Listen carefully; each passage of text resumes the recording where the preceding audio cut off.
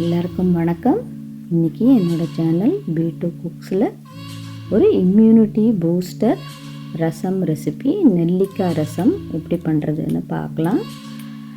இதுக்கு ஒரு பாத்திரத்தில் ஒரு டம்ளர் தண்ணி சேர்த்துருக்கேன். இதில் நான் ஒரு தக்காளி சின்னதாக நறுக்கின தக்காளி சேர்க்குறேன். இந்த தக்காளி இந்த தண்ணியில் கொதித்து வெந்து வரட்டும். இதில் ஃப்ரெஷ்ஷாக கருவேப்பிலை சேர்த்துக்கலாம். ரசத்துக்கு கருவேப்பிலை நல்ல வாசனை கொடுக்கும், அதை சேர்த்துக்கலாம். இப்போ அரைச்சிக்கிறதுக்கு நான் 2 நெல்லிக்காய் எடுத்துக்கிறேன். இந்த ரசமுக்கு உங்களுக்கு எவ்வளோ ரசம் வேணுமோ அதுக்கேற்ற மாதிரி நெல்லிக்காய் எடுத்துக்கோங்க. இந்த நெல்லிக்காவை இந்த சீடு பகுதி தவிர நம்ம இதை நறுக்கி எடுத்துக்கலாம். இந்த 2 நெல்லிக்காய் நறுக்கி எடுத்ததை ஒரு மிக்ஸி ஜாரில் சேர்த்துக்கிறேன்.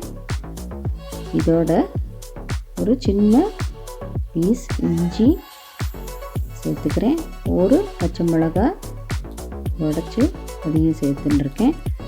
இதில் ஒரு அரை டீஸ்பூன் ஜீரகம், இது எல்லாத்தையும் சேர்த்து கொஞ்சமாக தண்ணி விட்டு இந்த மாதிரி அரைச்சே நம்ம எடுத்துக்கலாம்.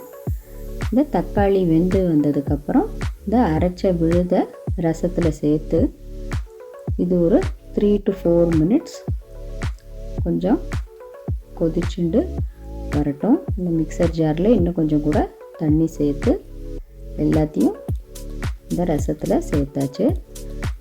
இது ஒரு 3-4 நிமிஷம் கொதித்து வந்ததுக்கப்புறமா நான் துவரம்பருப்பு தண்ணியாக தான் சேர்க்குறேன்.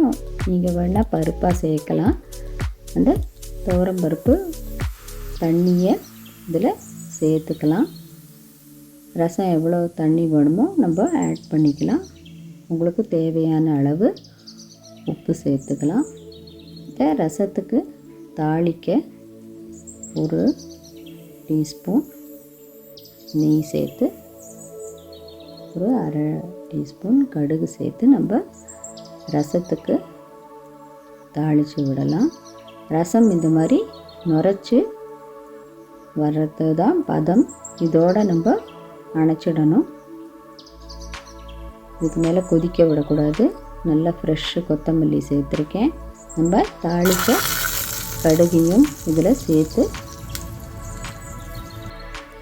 இந்த ரசத்தை மூடியை போட்டு மூடி வச்சுட்டா நல்ல வாசனை கமகமான நல்லா இருக்கும். கண்டிப்பாக இந்த ரசம் ரெசிபி ட்ரை பண்ணி பாருங்கள். எப்படி வந்ததுன்னு கமெண்ட் பண்ணுங்கள். ரெசிபி பிடிச்சிருந்தா எல்லாருக்கும் ஷேர் பண்ணுங்கள். சேனல் சப்ஸ்கிரைப் பண்ணுங்கள். தேங்க்யூ.